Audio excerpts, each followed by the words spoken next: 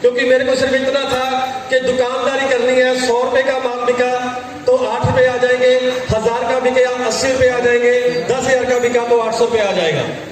सीधा सीधा सा काम करना चाहता था और इसी लालच के अंदर इस बिजनेस के अंदर आया।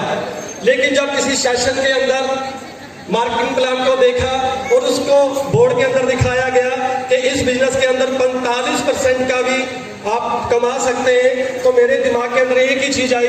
जब आपने बात आरसिम के हेल्थ कार्ड की करनी है, जब हमने बात आरसिम के गामा ओरिजिनल की करनी है, जब बात हमने न्यूट्री चार्ज की करनी है, जब हमने बात आरसिम की चाय पत्ती की करनी है, तो फिर 8% के लिए क्यों किया जाए, क्यों ना 45% के लिए इस बिजनेस को किया जाए। और इसी लालच के अंदर इस बिजनेस की शुरुआत की। पहले पे अब 222 रुपए का आया। सबकी शुरुआत छोटे से होती है, लेकिन एक सपना एक चीज का क्लियर हो गया। अगर 922 रुपए आ सकते हैं तो 9000 भी आ सकता है, 10,000 भी आ सकता है। तो इसी बिजनेस को सीखता गया, नेटवर्क को बनाना शुरू किया। और नेटवर्क को बनाने के लिए मैंने सबसे बड़ा प्रयास ज्यादा से ज्यादा लोगों को सेमिनारों के अंदर करना शुरू किया, ज्यादा से ज्यादा लोगों को मीटिंग के अंदर इनवाइट करना शुरू किया।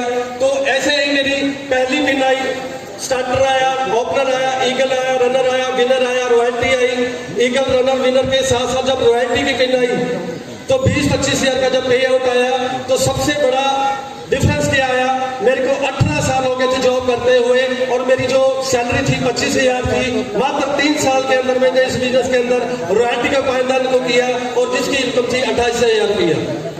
एक 18 साल के कैरियर को 3 साल के अंदर कवर कर लिया। उसके बाद टेक्निकल आया, मर्ल आया, स्टार मर्ल आया, ग्रांड आया, स्टार मर्ल आया। इस बिजनेस ने मेरे को एक महीने का 3,11,000 रुपया भी दिया।